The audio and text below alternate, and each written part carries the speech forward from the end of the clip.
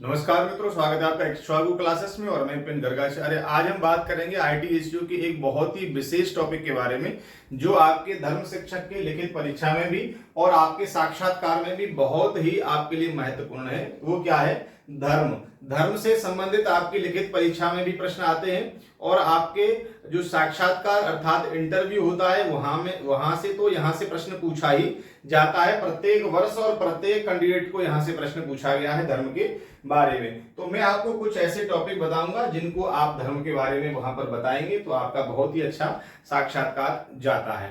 तो आप उन्हें अच्छे से नोट कर लें और हेडिंग डाल लेंगे। आज हम समझेंगे धर्म के बारे में। तो सबसे पहला जो है पॉइंट नोट करेंगे,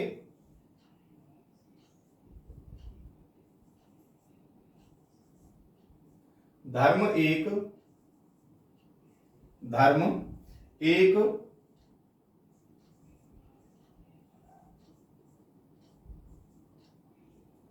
विशाल सनातन सत्य है।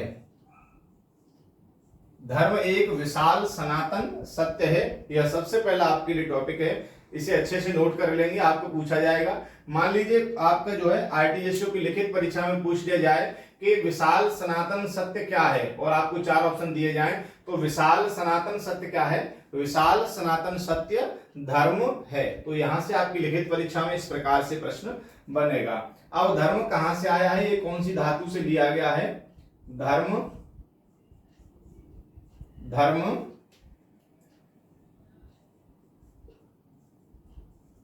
संस्कृत की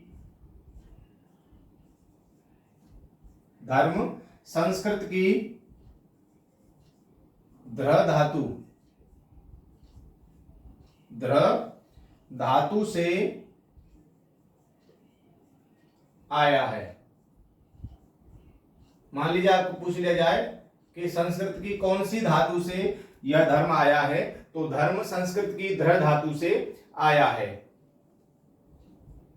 इसका स्पष्ट अर्थ है,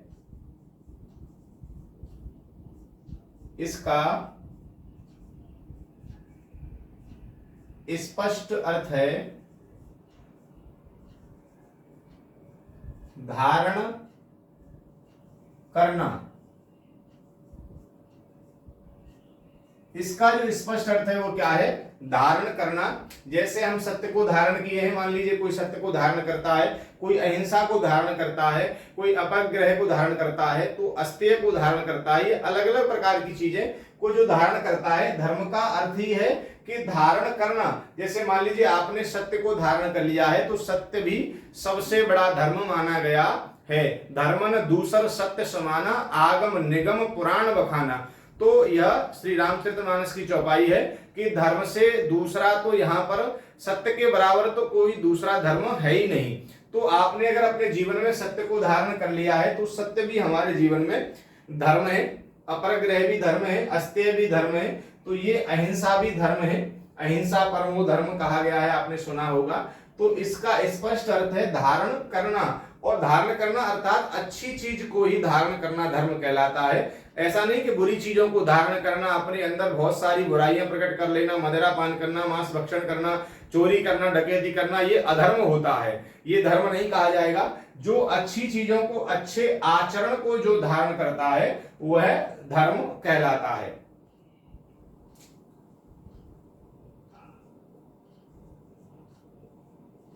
जो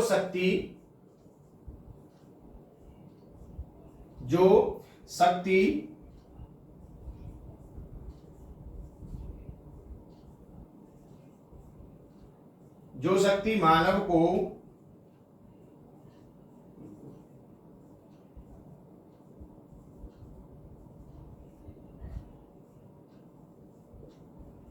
मानव को एक रखती है वह धर्म है।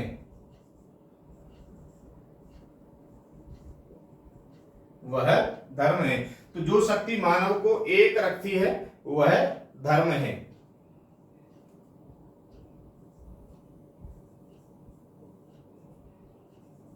जो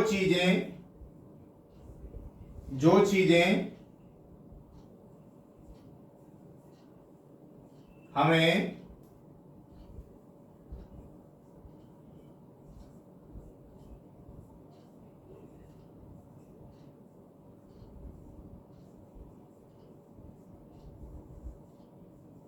जो चीजें हमें हैवानियत से अलग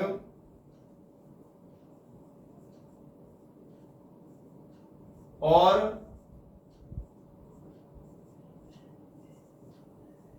हैवानियत से अलग और नैतिक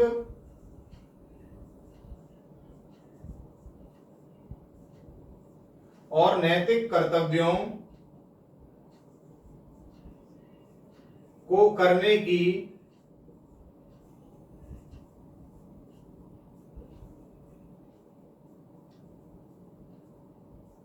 शिक्षा दें, वही धर्म है। जो चीजें हमें हैवानियत से दूर करती हैं, हैवानियत से अलग और नैतिक कर्तव्यों को करने की शिक्षा दे, वही धर्म है। अभी मैंने आपको बताया था कि चोरी करना, डकैती करना, लूटपाट करना, इनको भी धारण कर सकते हैं, लेकिन यह अधर्म होगा, यह हैवानियत होगी। लेकिन जो चीजें नैतिक मूल्य हैं, अच्छे आचरण हैं, जो हमें हैवानियत से दूर कर देते हैं और नैतिक कर्तव्यों की ओर हमें शिक्षा देते हैं, या हमें प्रेरणा करते हैं, या हमें उत्साहित करते हैं, तो वही धर्म कहलाता है। तो अच्छी चीजों को अपने जीवन में धारण करना ही धर्म है।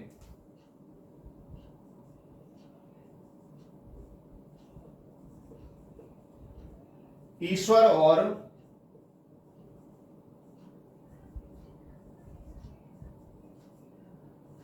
मनुष्य को ईश्वर और मनुष्य को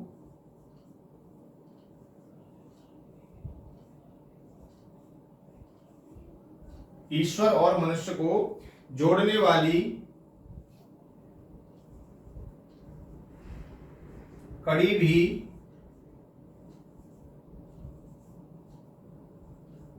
धर्म है। जब तक हम धर्म का आधार नहीं लेते हैं, तब तक हम भगवान से भी नहीं जुड़ पाते हैं। इसलिए हमें अपने जीवन में धर्म को धारण करना चाहिए, और जो धर्म को धारण करते हैं, धर्म के आचरण को धारण करते हैं, वह भगवान से जुड़ जाते हैं। तो इसीलिए इसे धर्म कहा जाता है, क्योंकि ईश्वर और मनुष्य को जोड़ने वाली कड़ी भी धर्म ही है। जब हम अच्छे आचरण धारण करते हैं, तो जहां अच्छा आचरण है वहां पर भगवान आकर के वास करते हैं। जहां राम तह काम नहीं, और जहां काम नहीं राम। ऐसा कहा गया है कि जिस हृदय में पहले आकर के भगवान विराजमान हो जाते हैं, वहां पर काम क्रोध वासनाएं नहीं आती हैं, और जहां पर काम क्रोध वासनाएं और ये कूड़ा करकट भर गया है, वहां पर भगवान नहीं आते हैं। तो जब आप धर्म का अनुसरण करेंगे, अच्छी चीजों को अपने जीवन में आप धारण करेंगे, तो भगवान से आपकी कड़ी स्वयं ही जुड़ जाएगी, अर्थात भगवान वहां आकर के वास करने लग जाएंगे। तो ईश्वर और मनुष्य को जोड़ने वाली जो कड़ी है, वह धर्म कहलाती है।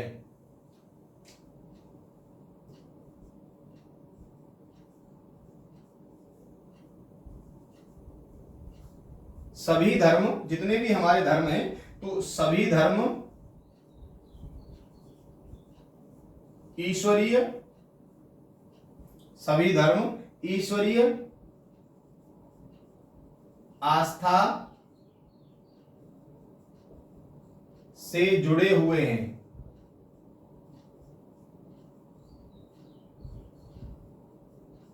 सभी धर्म ईश्वरीय आस्था से जुड़े हुए हैं।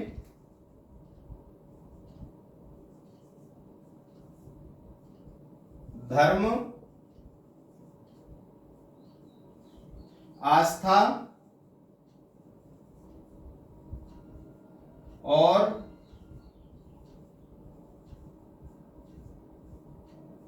धर्म, आस्था और अनुभूति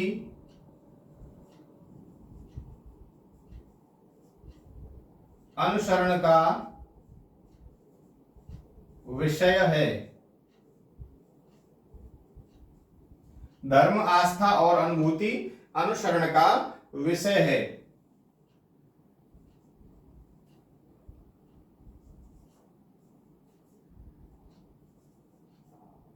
धर्म का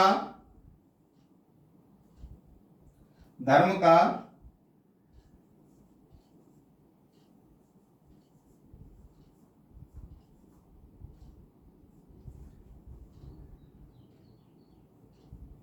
धर्म मूल स्वभाव की खोज है। धर्म मूल स्वभाव की खोज है।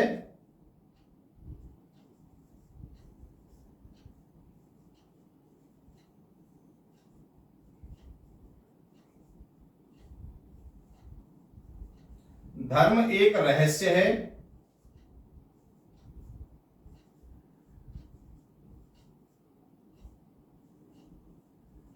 संवेदना है।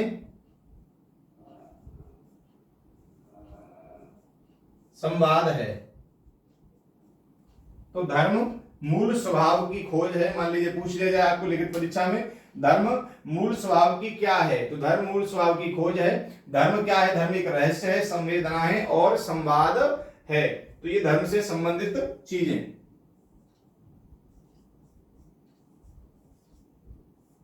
मानव सेवा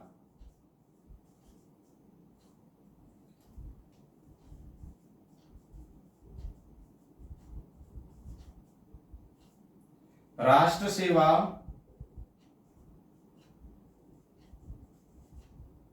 गृहस्थ संन्यास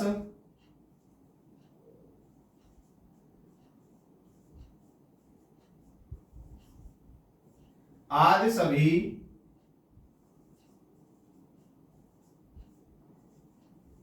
धर्मों के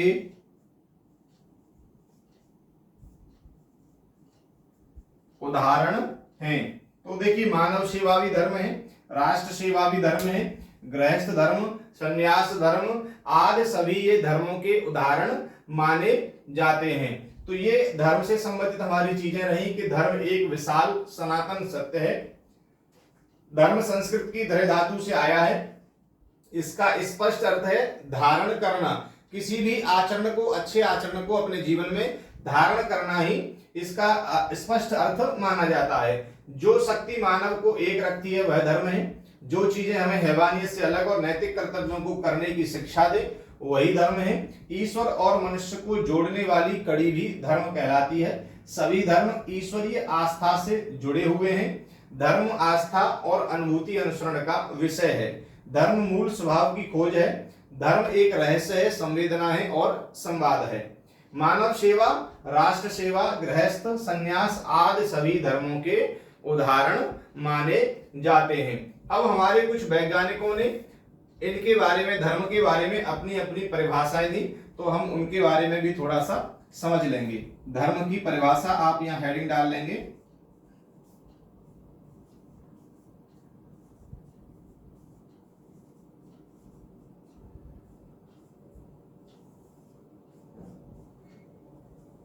धर्म की परिभाषा।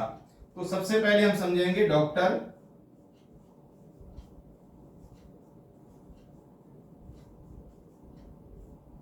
राधा कृष्णन के अनुसार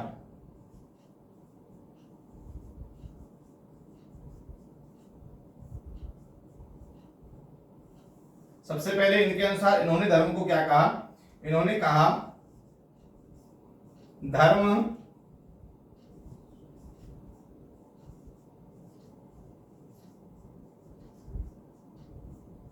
धर्म की अवधारणा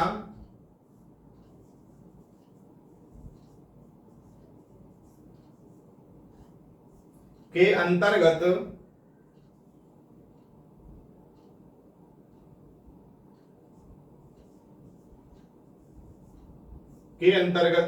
हिंदू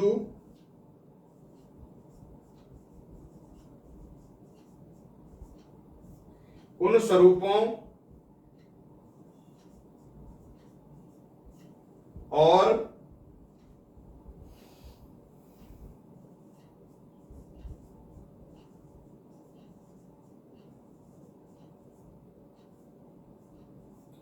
प्रतिक्रियाओं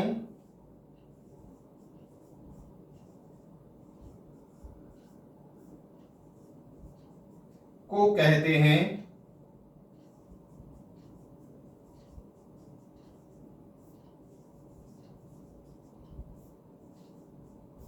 जो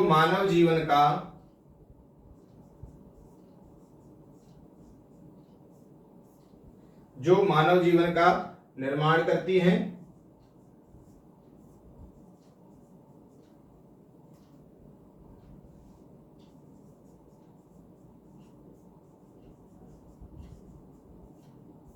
और उसको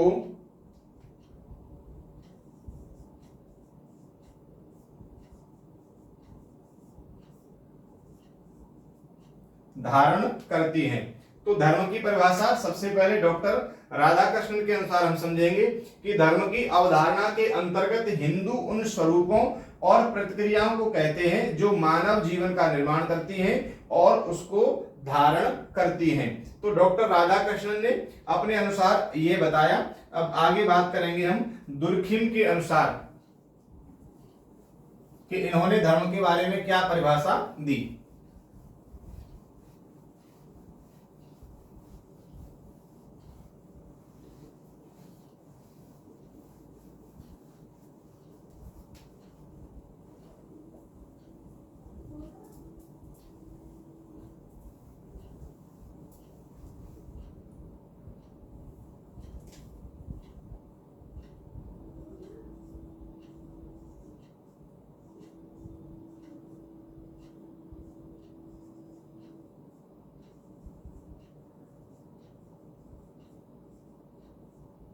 दुर्खिम के अनुसार इन्होंने धर्म को क्या परिभाषित किया। ये दुर्खिम फ्रांस के महान समाज शास्त्री कहे गए हैं। तो इन्होंने कहा धर्म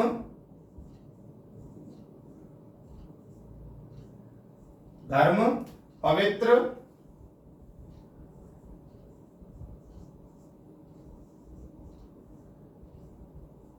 वस्तुओं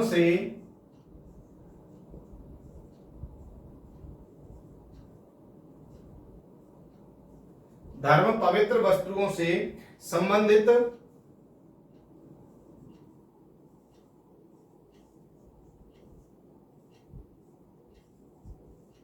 आचरणों की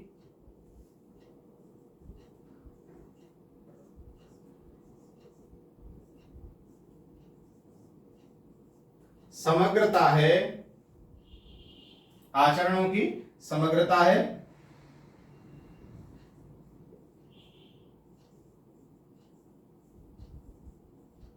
जो इस पर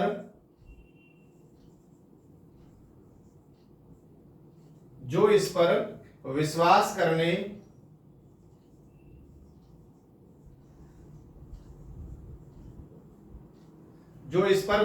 करने वाले को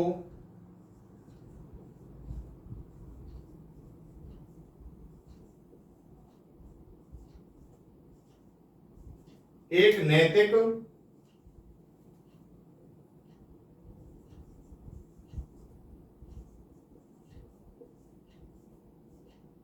समुदायों के रूप में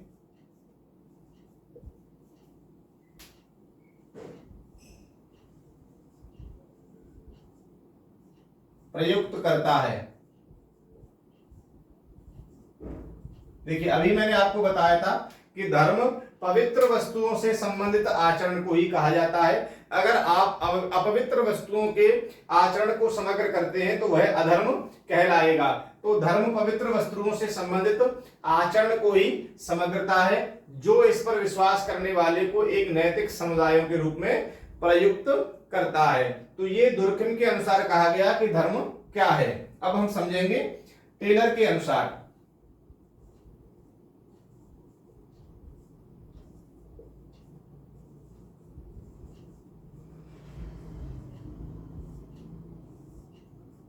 टेलर के अनुसार धर्म की क्या परिभाषा है। ये टेलर अमेरिका के वैज्ञानिक थे। इन्होंने कहा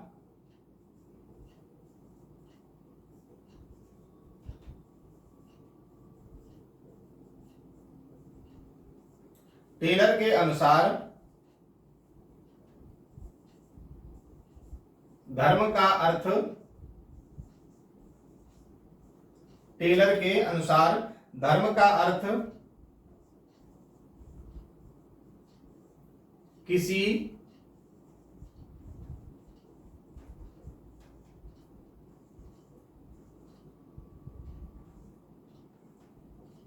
अलौकिक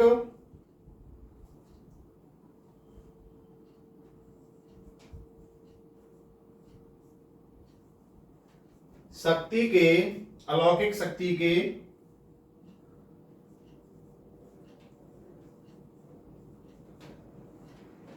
विश्वास करने से है।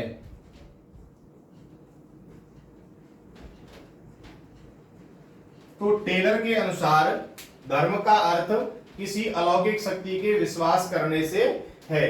तो ये धर्म की परिभाषा डॉक्टर राधाकृष्णन के अनुसार, दुर्कहेम के अनुसार और टेलर के अनुसार। तो आप इसे भी अच्छे से नोट कर लेंगे और धर्म के बारे में जो चीजें मैंने आपको बताई वह भी आपके IIT JCO के लिए बहुत ही महत्वपूर्ण है। 100% आपके लिए वह कारगर होंगी और आपकी लिखित परीक्षा में भी और आपके साक्षात्कार में तो आपके लिए बहुत ही लाभदायक होंगी। तो आप इसे अच्छे से नोट करें, अपना नोट्स बनाएं।